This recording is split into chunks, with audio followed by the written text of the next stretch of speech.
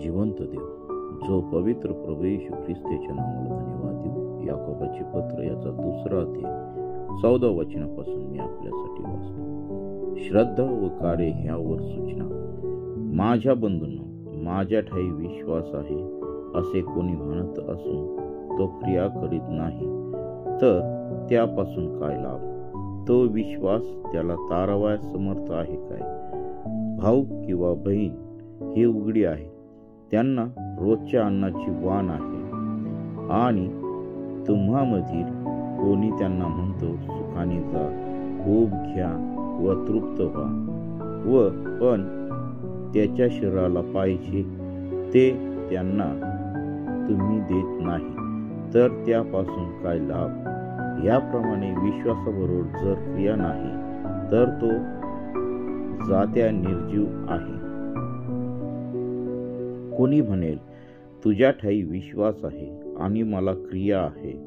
क्रिया वाचून तू आपला विश्वास मला दाखव, आणि मी आपला विश्वास माझ्या क्रियांनी तुला दाखवीन. एकच देव आहे असा विश्वास तू धरतोस काय? ते बरे करतोस. भूतेही तसाच विश्वास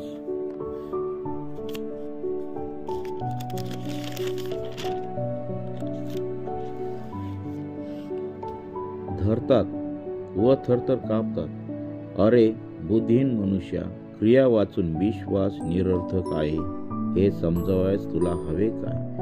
आपला बाप अब्राम ह्याने आपला पुत्र इसाक ह्याला यज्ञविधीवर अर्पिले, ह्यात तो क्रियांनी नीतिमान ठरला नव्हता काय? विश्वास त्याच्या क्रियासहित कार्य करीत होता, आणि क्रियांनी विश्वास पूर्ण झाला हे तुला दिसते.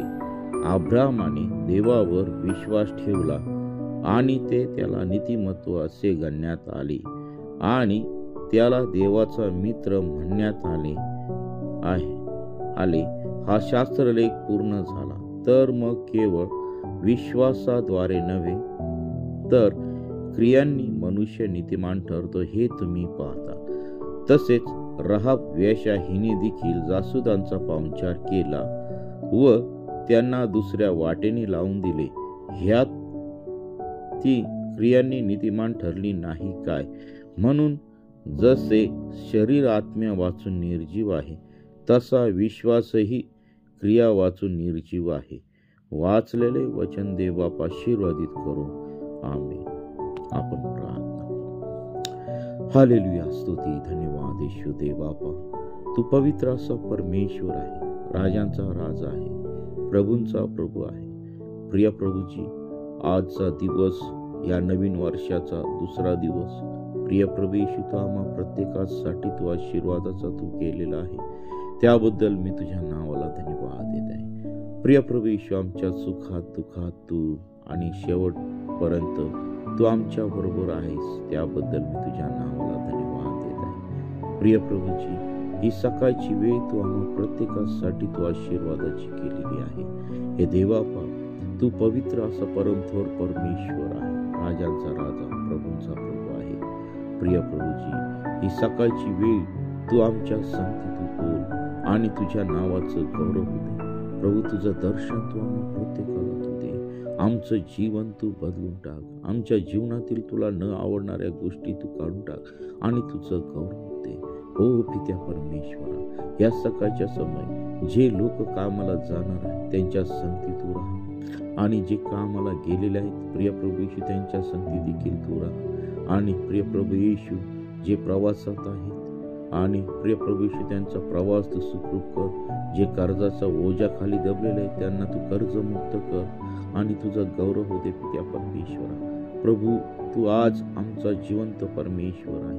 हे देवबापा, जे आजारी आहेत त्यांना तू आपल्या खेळलेल्या हाताचा तू स्पर्श कर, त्यांच्या अंथरुण तू बदलून टाक. ओ पित्या परमेश्वरा, प्रभू, आम्ही कोणी नाही तर सर्व काही करणारा जिवंत परमेश्वर तू आहे.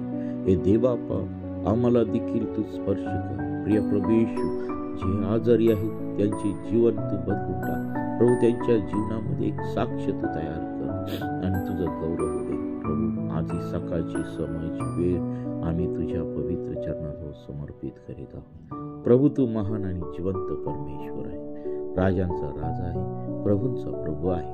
प्रभू तू आम्हाला सहाय्य कर, मार्गदर्शन कर आणि हे देवापा तुझी पवित्रता आमच्या जीवनामध्ये उतरवून दे. प्रभू तू महान आहेस. प्रभू आज आम्ही सकाळच्या समयी तुला हाक मारतो. आमच्या हाकेला उत्तर देणारा परमेश्वर तू आहे. रात्रभर सांभाळून पुन्हा एकदा हा नवीन दिवस तू आम्हा प्रत्येकाला तू दाखवला, त्याबद्दल मी तुझ्या नावाला धन्यवाद देते. ही प्रार्थना येशूच्या नावाने मागतो म्हणून तो आहे.